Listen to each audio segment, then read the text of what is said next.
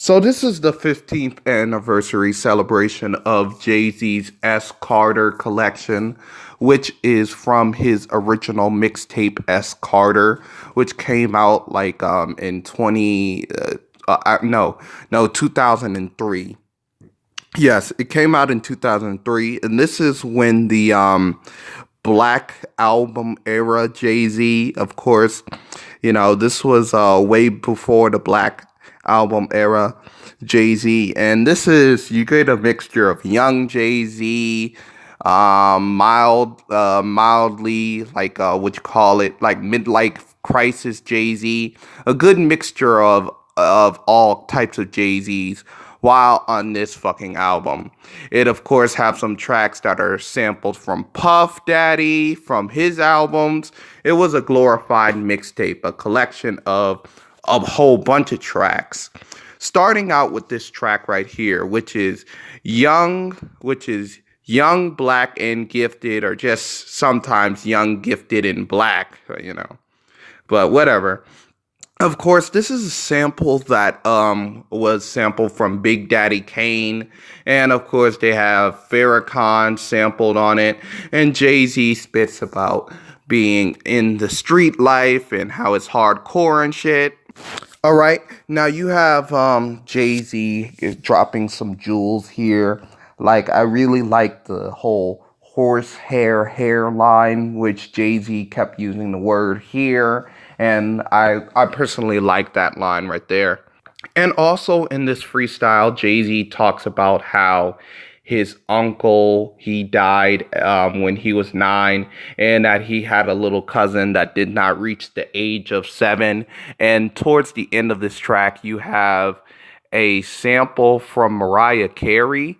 Yes, of course. You have a sample from Mariah Carey talking about Jay-Z, which is a recurring theme throughout this album. You always have a sample from a beloved person of Jay-Z's, like on the song Baby's Freestyle slash Beyonce interlude. I don't know why the fuck these two are freaking named different things, but then again, it's a mixtape. I guess they decide whatever the hell to name it since it's not official.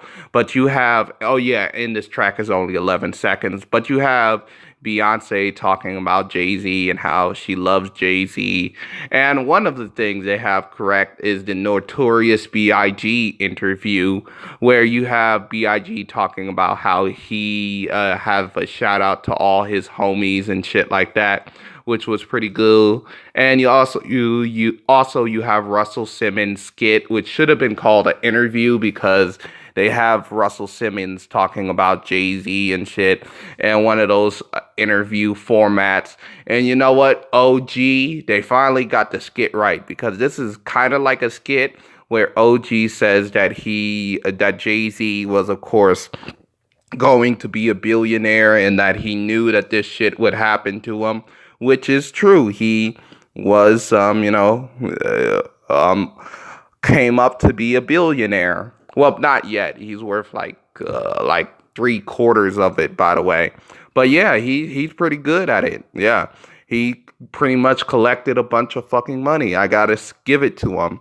But yeah, and then you have the Pump It Up freestyle, which I think is a sample from Joe Button, which is a little bit ironic because, of course, on the last track, they have a sample, or they have a line where Jay-Z is dissing Star, and he didn't give an interview to Star. So it is a bit ironic that he would sample Joe Button on the whole Pump It Up freestyle.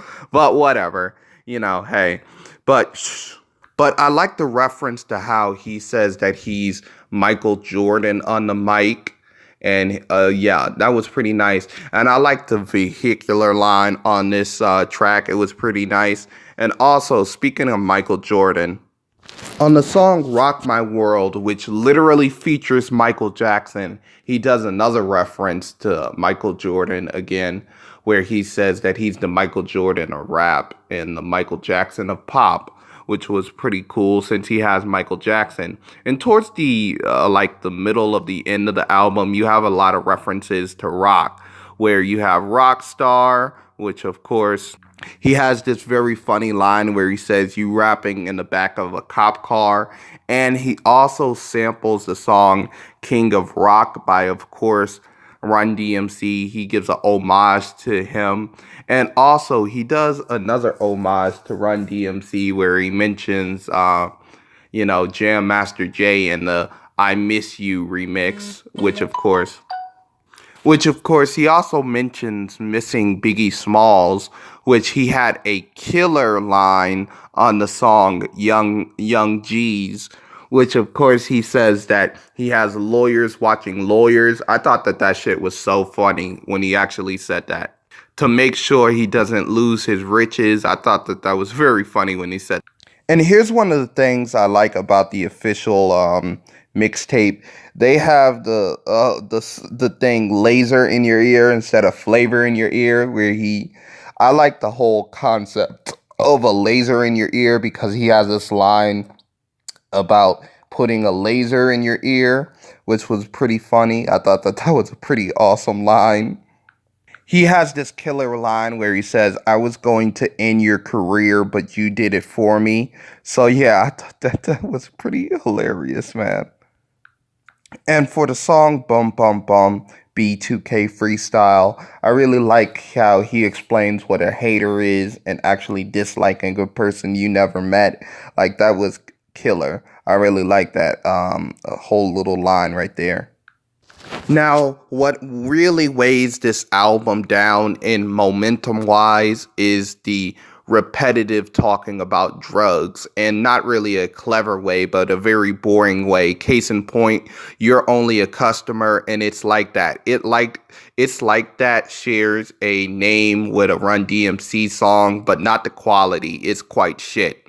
And speaking of quite shit, Can't Knock the Hustle, which is supposed to be a remix, samples Nigga's Nature for the most part of the track, and have Tupac saying one of his most questionable lyrics about how pussy costs, but the dick is free. Which, I think Gutter Boy, he actually misunderstood that as in it's free for the woman, not like so he can chase other niggas. But still, pretty questionable line, I have to say, still though. And then you have very R&B tinged, very boring tracks like I Don't Want to Be Alone and also La La La La La, which is the Excuse Me Miss Again. I don't know why the fuck they didn't name this a remix, but still, they're both gutter trash to me, to tell you the truth. I don't like them both. And then you have a track like Stop 2.1, which I guess is a reference to the Blueprint 2.5, which I think he did.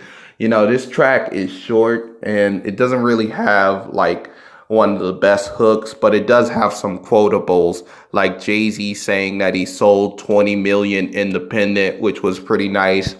Everybody and their mother trying to stop him from drug dealing, which is also pretty nice. And that line about American Pie, you're feeling yourself, which I thought that was a hilarious line, to tell you the truth. And you have tracks like In My Life and This Is Life Forever, where Jay-Z explains his drug dealing experiences and how in 93 the cops tried to stop him and tried to arrest him for drugs, but he said that he's retired and the pigs still want to see him go to jail. I really thought that was a nice commentary on the drug wars. And I really like on the song Can't Be Done how he explains that he has a life disorder because his life is in disorder, as in explaining about his absent father. Like, that was pretty cool. And I really thought that sneak diss, well, but just straight up diss to the Roots and how he can't sell like the Roots was pretty messed up, but at least he said that, at least he just admitted that it was a diss. And I think the song Beware was kind of like a prototype to Big Pimpin' since it has the same like somewhat Arab feel to it.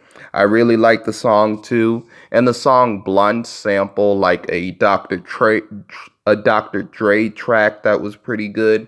I really liked it. Overall, incredible mixtape. I just wish it was cut down a little. I'm gonna give this track I'm gonna give this album, well, actually, it's a mixtape. Shit, I'm just screwing up everything. I'm gonna give this mixtape a 6. I really wish that it was cut down a little bit, but hey, it's a mixtape. It's supposed to be a little bit messy. So please like, subscribe, share this video. How did you feel about this new Jay-Z mixtape, or just old Jay-Z mixtape re-released as a new project, I should say? Comment in the comment section. I'm out.